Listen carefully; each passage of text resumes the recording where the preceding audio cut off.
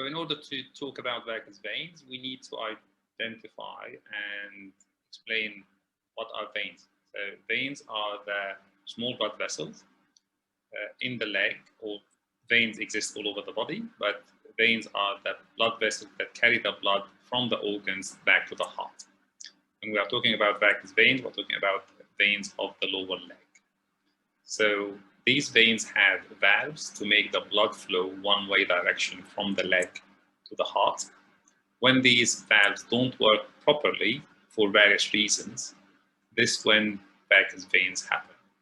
There are two systems of veins in each leg: the superficial system, which is under the skin, and the deep system, which is between the muscles. Varicose veins affect the superficial veins, and when the valves within these veins are not working properly, this is when varicose veins happen. With prolonged standing or sitting, the blood tends to pool down, and with the valves not working properly, the blood will tend to pool down in the leg and start to cause the symptoms of varicose veins. These symptoms include pain, leg swelling, aching, heaviness, throbbing, and then with the long term, the veins will start to appear, and then you can see big veins appearing under the skin.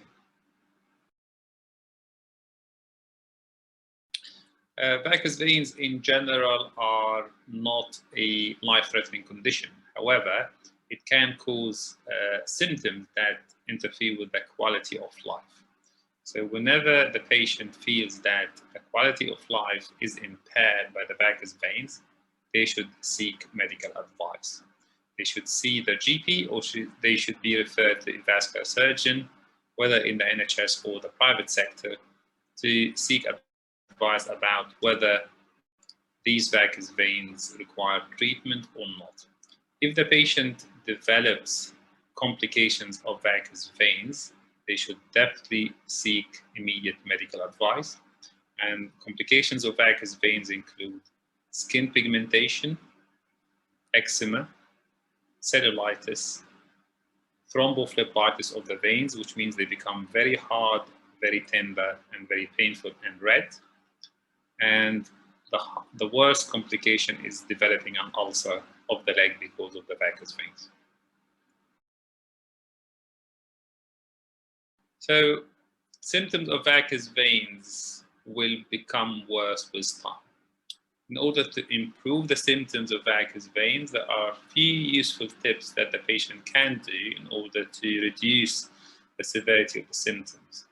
For example, wearing the compression stockings is a very important tool to improve the symptoms, mainly the pain and the swelling.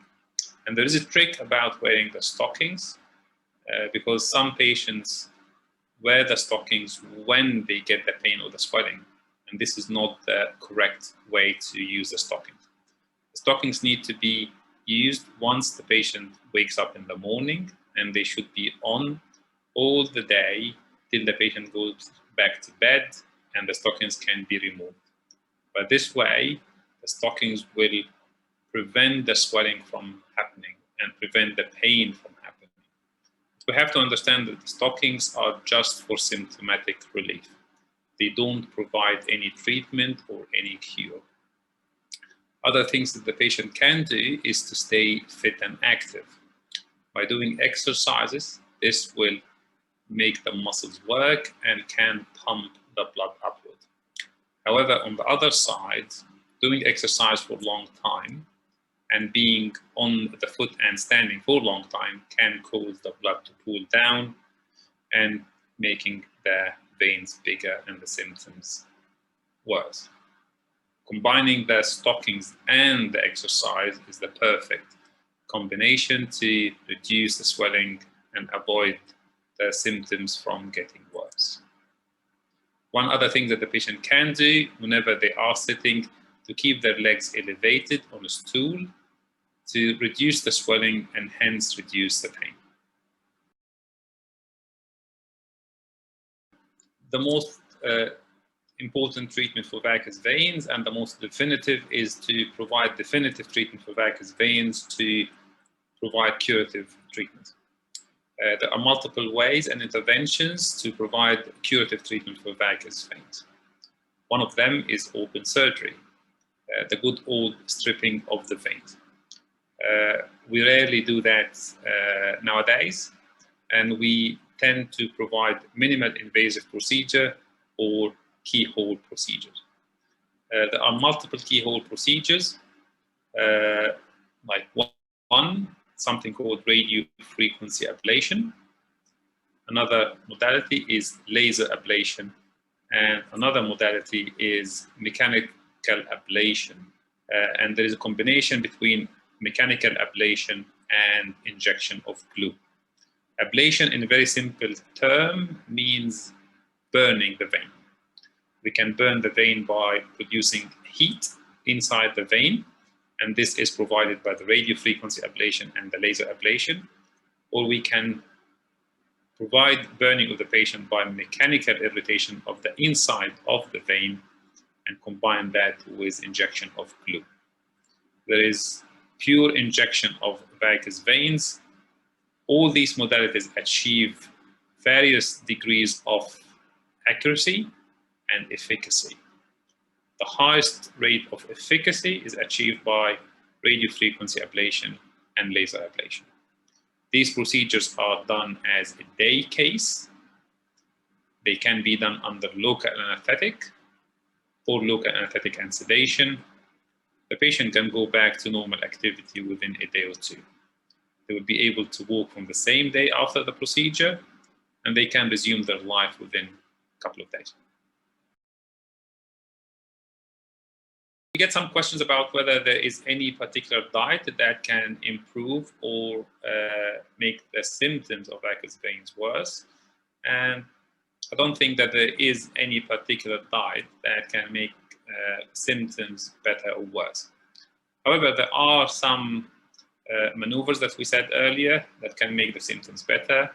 And exercise can be one of them. We have to combine exercise with the compression stockings. However, as we said earlier, that prolonged standing for a long time, prolonged sitting for a long time can make the symptoms worse. So sometimes I see patients in the clinic and say that with exercise, they feel better, but after the exercise, they feel that their legs are heavy, painful, and swollen.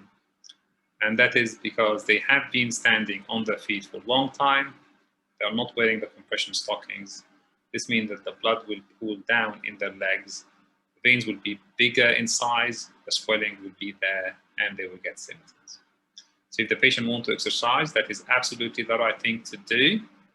But if they can combine the exercise with the compression stockings, that will be a very good combination. And in any way, the patient needs to seek medical advice and see a vascular surgeon to know whether they need treatment for their varicose veins or not.